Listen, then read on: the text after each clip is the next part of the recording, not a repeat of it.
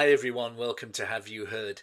And today I'm joining the thousands of other YouTubers, music fans who are reacting to, talking about probably the biggest musical event for quite a while, and that's the return of Rush and their barnstorming debut concert in LA a few nights ago. I'm one of many, but I have to have my say. I can't, I can't resist it. But we'll still do it in the normal format. So we're going to play a song first of all, and I'm going to talk afterwards. And we're going to play By-Tor and the Snow Dog from, of course, let's get this right. There we go, those wonderful eyes. Fly By Night. Now, the reason I've chosen By-Tor and the Snow Dog really is because it was such a surprise to see it on the set list. They hadn't played it since 2004. It's, apart from Working Man, I guess, it's the oldest song on the set list. It's not an easy song to play, so they were... well, I suppose they were with every single song. They were challenging Annika to do her thing, which of course she did.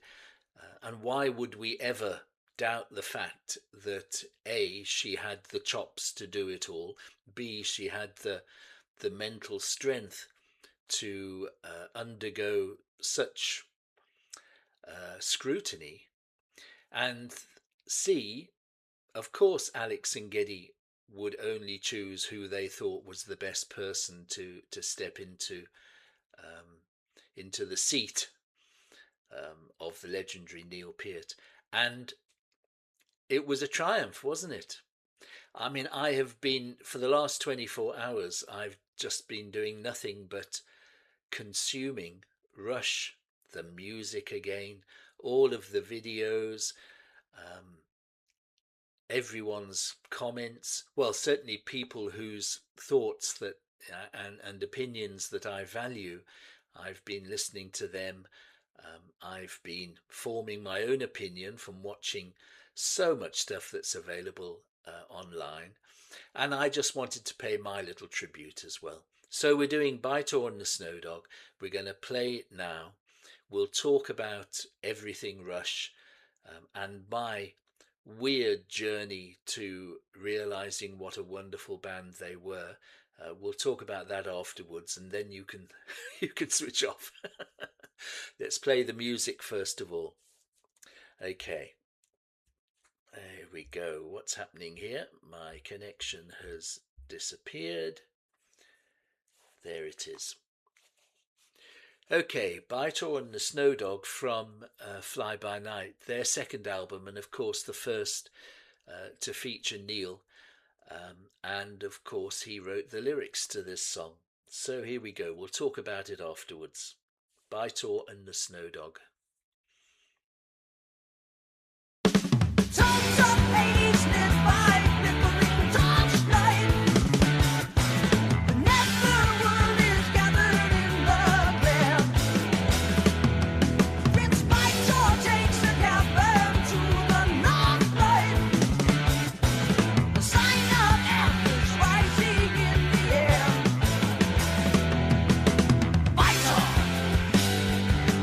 Nice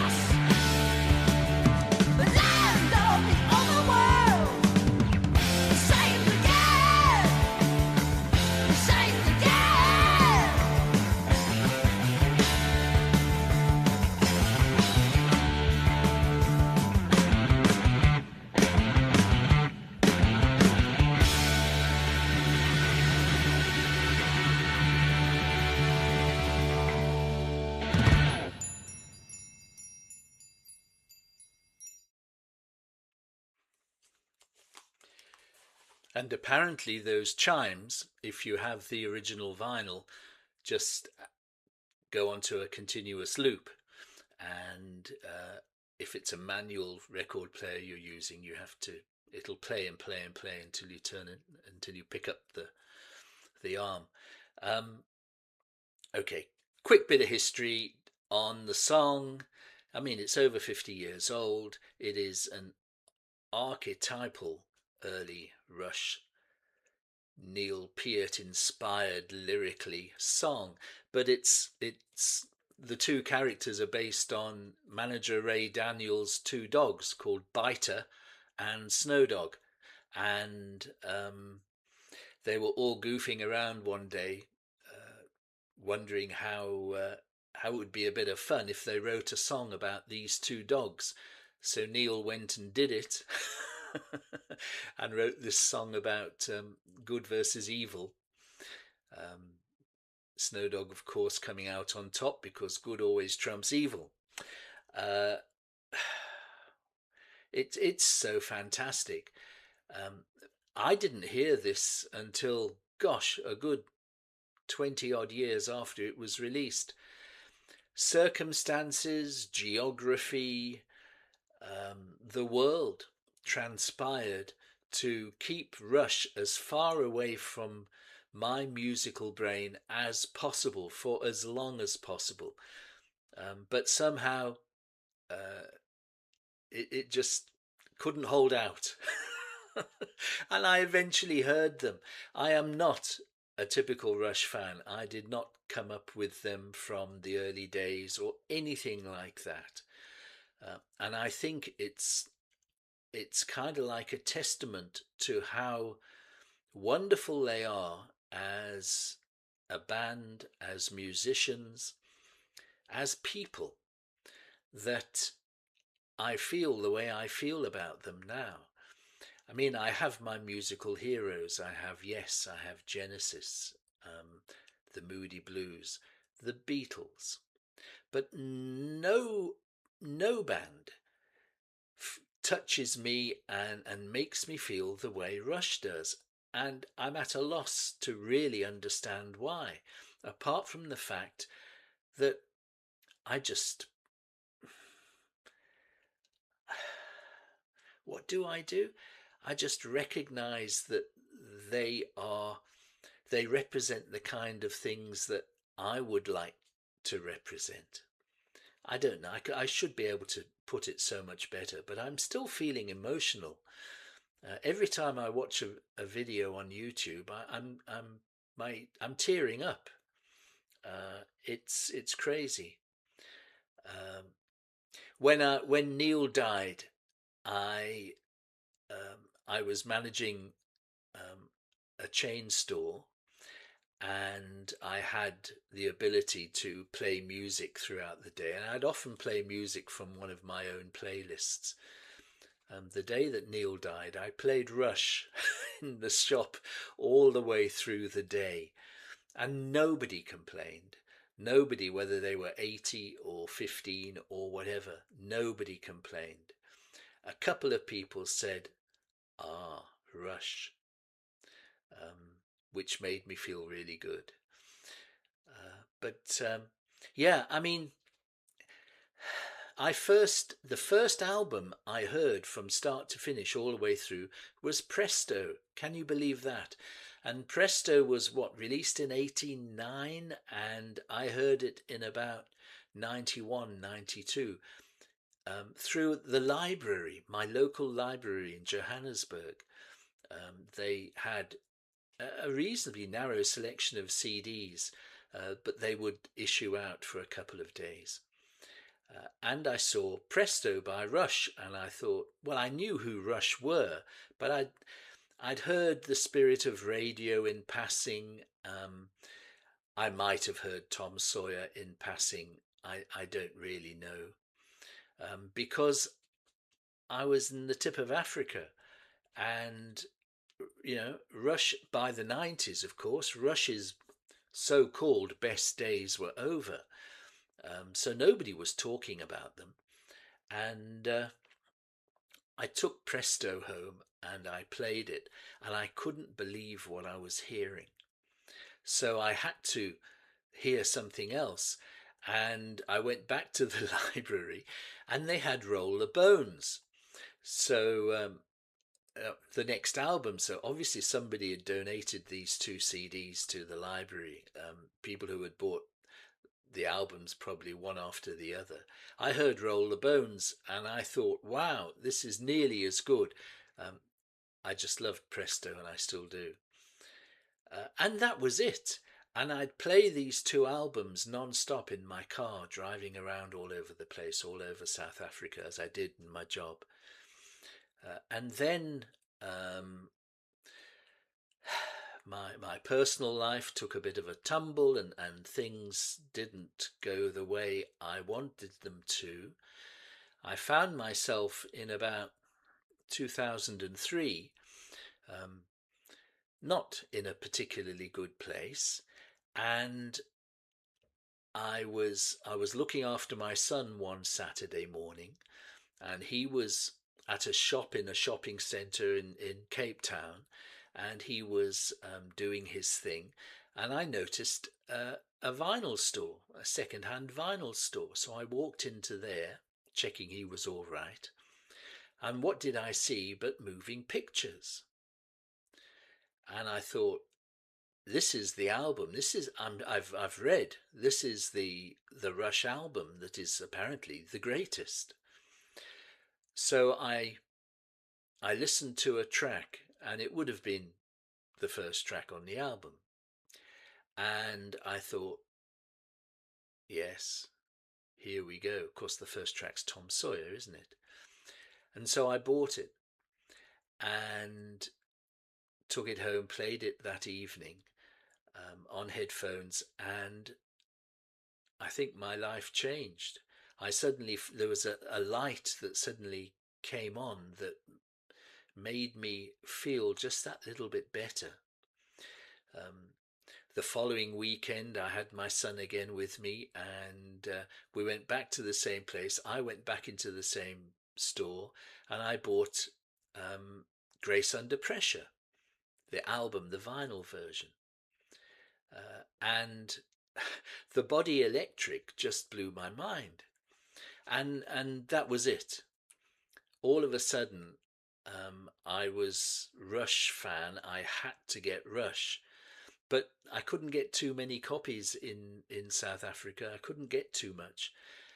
I moved back to the UK in 2004, and that was it. My obsession with Rush begun, and I was able to see them at Manchester in 2007, the Snakes and Arrows tour. Uh, the greatest concert I've ever been to. I just loved it. And now I've got every album. I consume everything that I can about Rush. It's so difficult to explain, except that to say that I just admire them so much. And I have a ticket for Manchester in next year to see them again. And here's hoping everything goes smoothly and I can be there and see them play again. I'm sorry if this has been a ramble, but I just love them so much. I just think that they look after their fans. I think they treat everybody with integrity. They treat everything with integrity. I'm so pleased that the first shows have been successful.